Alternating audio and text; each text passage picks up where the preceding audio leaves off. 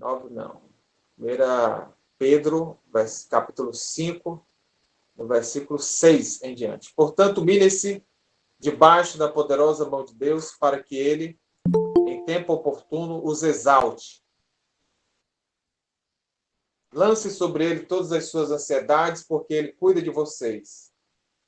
Sejam sóbrios e vigilantes. O inimigo de vocês, o diabo, anda em derredor, como leão que ruge procurando alguém para devorar.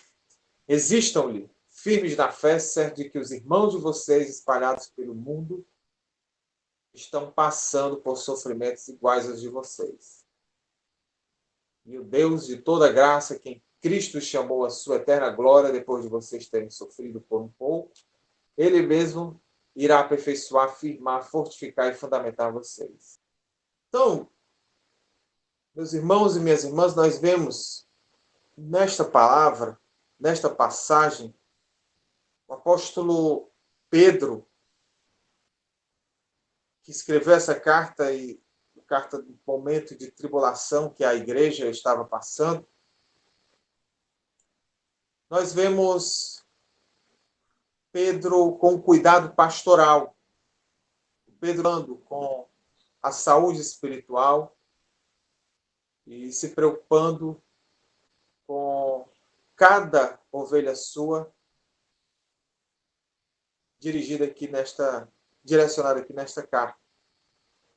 E depois dele ter mencionado nos outros capítulos, nas outras partes aqui da carta, sempre encorajando a fé dos irmãos e das irmãs. Inclusive, no primeiro capítulo, nós vemos que todos nós participaremos da natureza divina, quando ele aborda isso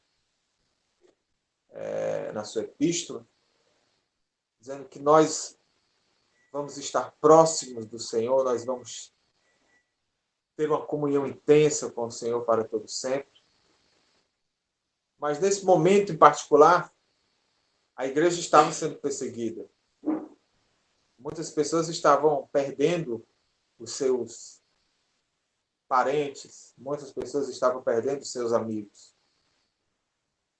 Por causa de perseguição, o Império Romano perseguindo a todos, matando a todos.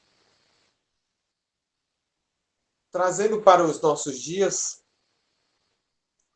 muitos de nós estão perdendo entes queridos, seja por causa de doenças naturais ou por causa desse vírus que está atormentando não só nós aqui no Brasil, mas do mundo todo. Então, essa questão de tribulação, questão de provação, a questão de sofrimento, necessidades, é algo real que faz parte da nossa vida.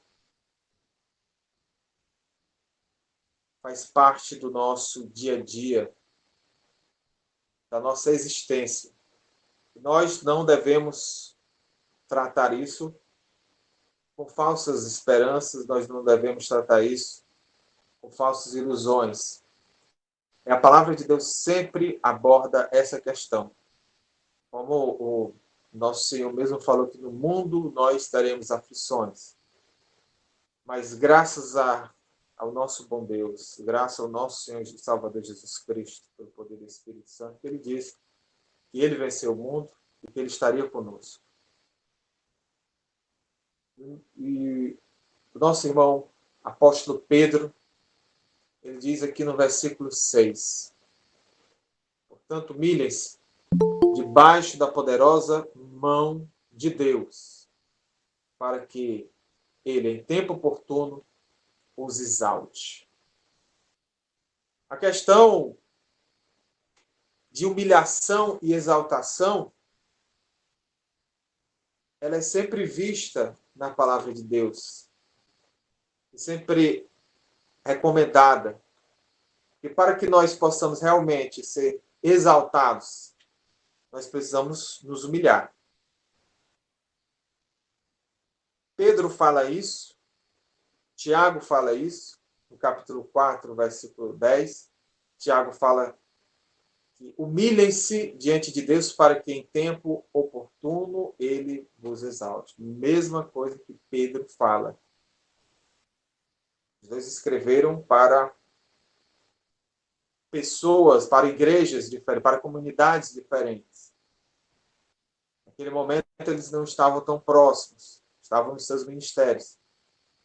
Mas mesmo assim, o Espírito Santo que inspirou a palavra deles, para que eles escreveram a mesma coisa. Humilhar-se para poder ser exaltado. A mesma coisa que o nosso Senhor e Salvador Jesus Cristo nos diz em Lucas capítulo 18, versículo 14. Depois de contar a parábola do fariseu e do publicano, que o fariseu estava se orgulhando de que não era como aquele publicano pecador. E o publicano simplesmente ora a Deus dizendo: ó Deus, tem pena de mim que sou pecador. Depois disso, nosso Senhor Jesus fala: digo a vocês que este, ou seja, não o fariseu, mas o publicano, desceu justificado para a sua casa. Justificado é nada mais, nada menos do que perdoado. Quando Paulo fala sobre nós sermos justificados, pois mediante a fé, em Romanos 5, versículo 1, ele está dizendo justamente que nós somos perdoados. Todo aquele escrito de dívida, quando ele aborda em Colossenses, foi cancelado. E Jesus, o nosso Senhor e Salvador, diz quanto ao publicano que disse: ó Deus, tem pena de mim que sou pecador. Nosso Senhor diz: diga a vocês que este desceu justificado para a sua casa, e não aquele, não o fariseu, que estava se orgulhando. Porque todo o que se exalta será humilhado, mas o que se humilha será exaltado. Então nós vemos o nosso Senhor Jesus, nós vemos os nossos irmãos Tiago, o apóstolo Pedro, dizendo exatamente a mesma coisa, ecoando, prolongando, continuando as mesmas palavras do nosso Senhor. E o que vem a ser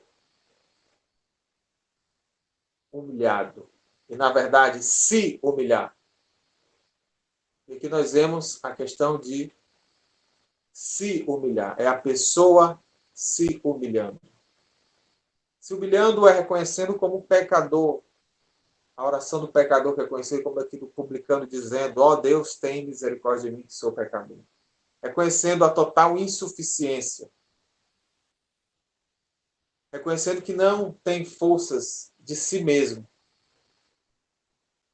E o interessante é que o nosso Senhor Jesus Cristo, no versículo 15 de Lucas 18, depois de falar isso, que os humilhados serão exaltados, todo aquele que se humilha será exaltado, ele pega justamente o exemplo das crianças. Ele diz, traziam também as crianças a Jesus para que ele as abençoasse. Interessante que os discípulos, nessa ocasião, não entendendo a força e a razão do ministério de Jesus, do nosso Senhor e Salvador Jesus Cristo, estavam impedindo as crianças. E Jesus disse: não, não impeça as crianças, porque delas é o reino de Deus. Ele faz esse paralelo com a humilhação, com o se humilhar.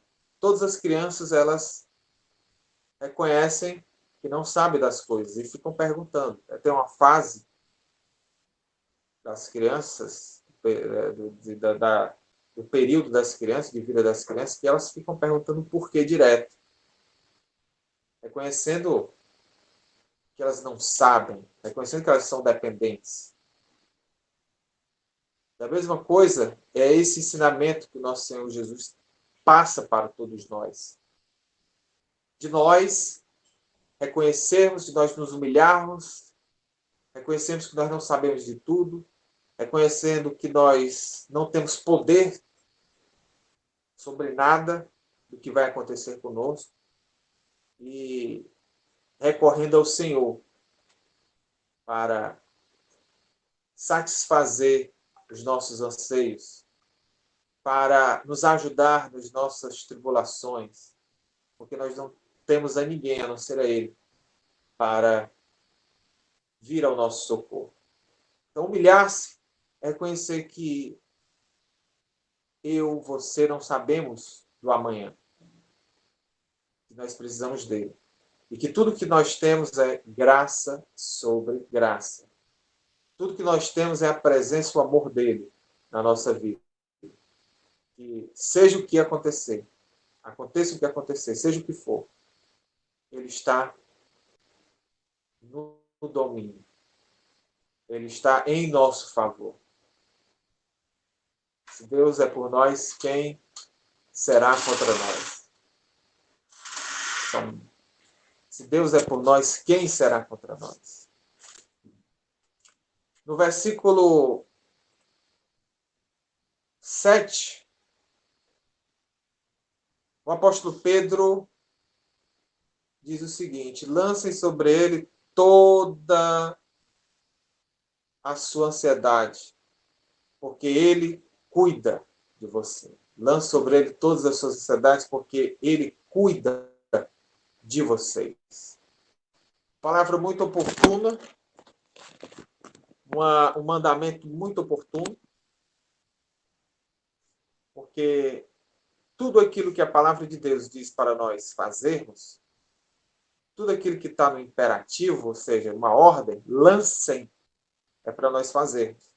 E se nós não fizermos, nós estaremos em desobediência. Se Pedro, inspirado pelo Espírito Santo, está dizendo para nós lançarmos todas as nossas ansiedades, porque o Senhor cuida de nós, é isso que nós devemos fazer.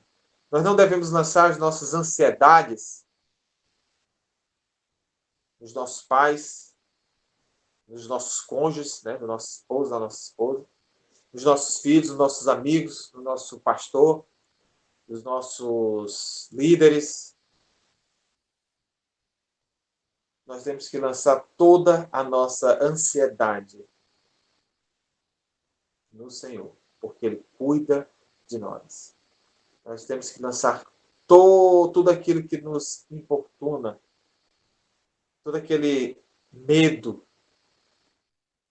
que Pedro está dizendo que isso acontece conosco. Não é algo que não aconteça. Acontece. E Pedro, sabendo que isso acontece com todos, todas as pessoas, ele dá uma direção. Lancem sobre ele. No versículo 8, depois de abordar a questão de humilhar-se, depois de abordar a questão de lançarmos todas as nossas ansiedades sobre o Senhor, ele diz que nós devemos estar sóbrios e vigilantes. Estar sóbrio é o contrário de estar embriagado, de não termos a nossa razão de forma adequada, livre. Estar sóbrio é nós estarmos atentos, ao contrário de estarmos ébrios, estarmos embriagados. Ele aborda a questão de estarmos vigilantes. Estar vigilante não é estar desatento, não é estar desatento ou com algum bloqueio ou muito seguro de que nada pode acontecer. Um vigilante desatento, com certeza, é um alvo fácil para ladrões, um alvo fácil para criminosos. E no nosso caso aqui, quando ele vai citar um ladrão, ele cita o diabo. Ele cita um leão que está à espreita para devorar aqueles que estão justamente desatentos. Quando ele fala o seguinte: o inimigo de vocês, o diabo, anda em derredor, como leão que ruge procurando alguém para devorar. Quando a palavra de Deus nos diz para nós estarmos sóbrios e vigilantes, é para estarmos sempre atentos na presença do Senhor, nos humilhando, lançando sobre o Senhor todas as nossas ansiedades.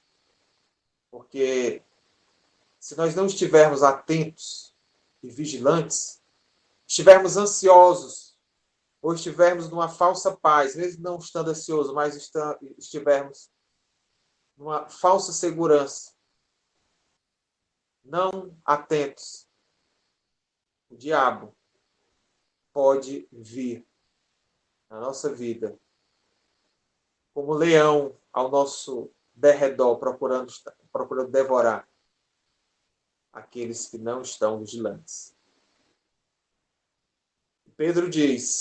O apóstolo Pedro diz no versículo 9, que quando isso acontecer, porque o diabo sempre nos ataca, mesmo nós estando vigilantes, quanto mais nós estando desatentos.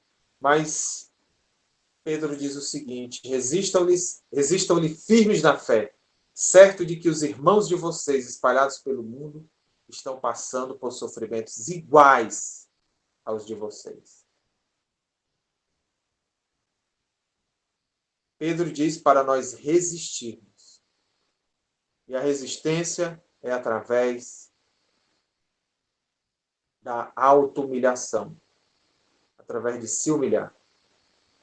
E reconhecer que nada nem ninguém pode nos tirar de qualquer situação.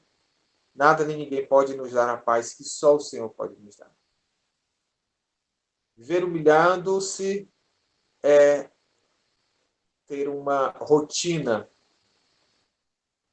de buscar o Senhor, orando ao Senhor, separando o momento para estar na presença dele, lendo a sua palavra, orando, buscando um contato com o Senhor, porque ele procura os verdadeiros adoradores. O Senhor procura. E se o Senhor procura os verdadeiros adoradores, é porque se nós estivermos realmente dispostos a lançar todas as nossas ansiedades, se nós estivermos dispostos a nos humilharmos e a reconhecermos que somos dependentes somente dele, nós certamente vamos sentir não só o seu amor direcionado à nossa vida, mas sim as orientações dele para a nossa vida. É a palavra de Deus que nos promete isso. E Pedro diz o seguinte, que as mesmas aflições que vocês estão passando, as mesmas aflições que nós estamos passando, são as mesmas aflições que os nossos irmãos e as nossas irmãs passam em todo o mundo. Estava dizendo o seguinte: a sua aflição é compartilhada por outros. Você não deve pensar que você é o único que está passando por isso. Outros estão passando também. E outros estão descobrindo o Senhor nesses momentos de tribulação. Reconhecendo que são pó. Reconhecendo que são totalmente dependentes. E que são como a Eva que passa por um pouco período de tempo neste mundo e já não se tem mais lembrança dela. Mas em Cristo, é isso que a palavra de Deus nos diz. Nós permaneceremos para sempre. Porque quem está em Cristo tem vida eterna. Quem está em Cristo tem alegria eterna. E Pedro vai falar, no versículo 10, justamente essa brevidade da vida. E a brevidade dos momentos de dores, dos momentos de sofrimento. Quando ele diz o seguinte: e o Deus de toda graça, que em Cristo os chamou à eterna glória, depois de vocês terem sofrido por um pouco, ele mesmo irá aperfeiçoar, firmar, fortificar e fundamentar vocês. Interessante que Pedro, ele deu uma palavra muito pastoral, uma palavra de consolo, de conforto, de alívio, quando ele diz justamente o seguinte: depois de vocês terem sofrido por um pouco. E a palavra de Deus também diz que o sofrimento que nós passamos aqui não há de ser comparado com a glória, com a alegria, com o alívio eterno, com o deleite eterno, com a paz e na presença de Deus, que nós vamos estar eternamente. É por isso que ele diz aqui, 1 Pedro, capítulo 5, versículo 10, por um pouco é esse sofrimento. A vida de alguém, o máximo que alguém pode viver, em média, uns 80 anos, o máximo que alguém viveu, pelo menos nos dias atuais, né, pelo menos uns 500 mil anos para cá, é de 120 e poucos anos. 120 e poucos anos. E são pouquíssimas pessoas que vivem mais de 120 anos. A média é 70, 80. Países mais pobres de 60 ou 50 anos. O que são vamos colocar no os que já viveram mais de 120 anos. O que são 120 anos? O que é alguém que nasceu em 1900, né? Tem agora 121 anos. O que é 121 anos perto da eternidade de alegria, de deleite, de satisfação em Cristo, de coisas maravilhosas que a palavra de Deus nos diz, que nem olhos viram, nem ouvidos ouviram, nem jamais penetrou em coração humano aquilo que Deus tem preparado para aqueles que o amam. E é por isso que Pedro diz que esse pouco de tempo que nós temos na nossa vida, nós não temos só sofrimento, mas mesmo assim, esse período de sofrimento, período de dor que passamos, não há para ser comparado com a glória do que há de vir. Ele mesmo fala sobre o Deus da graça que nos chamou em Cristo. Ele mesmo irá aperfeiçoar, firmar, fortificar e fundamentar vocês. E isso nós devemos ler como nós. Nós. Mais ainda, convido você a entender e a ler exatamente assim. O Deus de toda graça, que em Cristo te chamou, Ele mesmo irá aperfeiçoar, firmar, fortificar e fundamentar você. Você leia a mim. Porque é assim que a palavra de Deus deve ser lida. E aí, no versículo 11, ele diz: a ele seja o domínio para sempre. Amém. Assim seja. O Senhor está no domínio. Nós não entendemos por que acontecem as coisas, os infortúnios, sofrimento, males. Na verdade, nós podemos até entender que é por causa do pecado, por causa da queda. Mas o que nós podemos entender, como um grande pregador, muito conhecido, hoje um momento de tribulação, de guerra, no qual o mundo estava passando, ele escreveu, o Billy Graham, né, um grande pregador, ele escreveu e declarou: eu li a Bíblia, eu li o final do livro.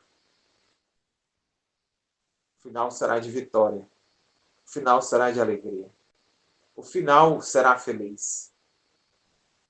Então, que nós possamos ter isso em mente. Nós temos a nossa Bíblia, nós podemos ler o final lá. Nós podemos ler Apocalipse, capítulo 21. Nós podemos ver que o final é de vitória. No final, capítulo 22, aliás, capítulo que conta os novos céus e a nova terra, o novo local onde nós estaremos juntos, eternamente, louvando o nosso Senhor, reconhecendo a sua soberania amorosa e de deleite que Ele tem preparado para todos nós. Então, meus irmãos e minhas irmãs, que possamos descansar, que possamos saborear o Senhor em quaisquer momentos, mas sabendo de que se nós estivermos alguma ansiedade, nós podemos lançar sobre Ele, nos humilhando. Porque o ato de humilhar é lançar a nossa ansiedade sobre Ele. E o ato de se orgulhar, que é o contrário de se humilhar, é querer se tornar autossuficiente, não buscando ao Senhor. Se nós não oramos ao Senhor, se nós não recorremos a Ele, nós estamos dizendo que nós somos autossuficientes e que nós não dependemos dEle. Se nós passando por dificuldades, por doença, por desemprego, ou algum outro tipo de tristeza, perda de algum ente querido,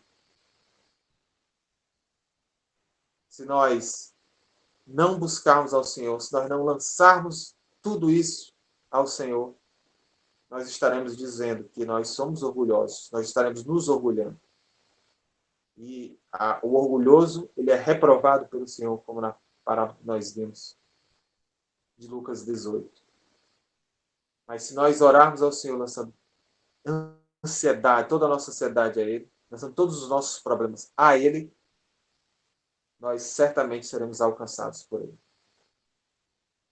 A palavra de Deus, a Bíblia Sagrada, sempre nos orienta a isso. No nosso dia a dia, nós nos encontramos com o Senhor.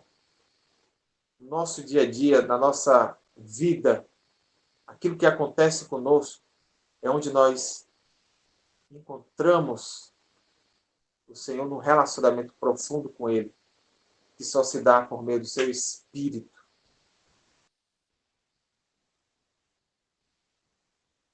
Glórias sejam dadas ao Senhor. Então, esta é a palavra para todos nós nesta noite. Que o Senhor seja glorificado na minha vida, que o Senhor seja glorificado na sua vida, meu irmão.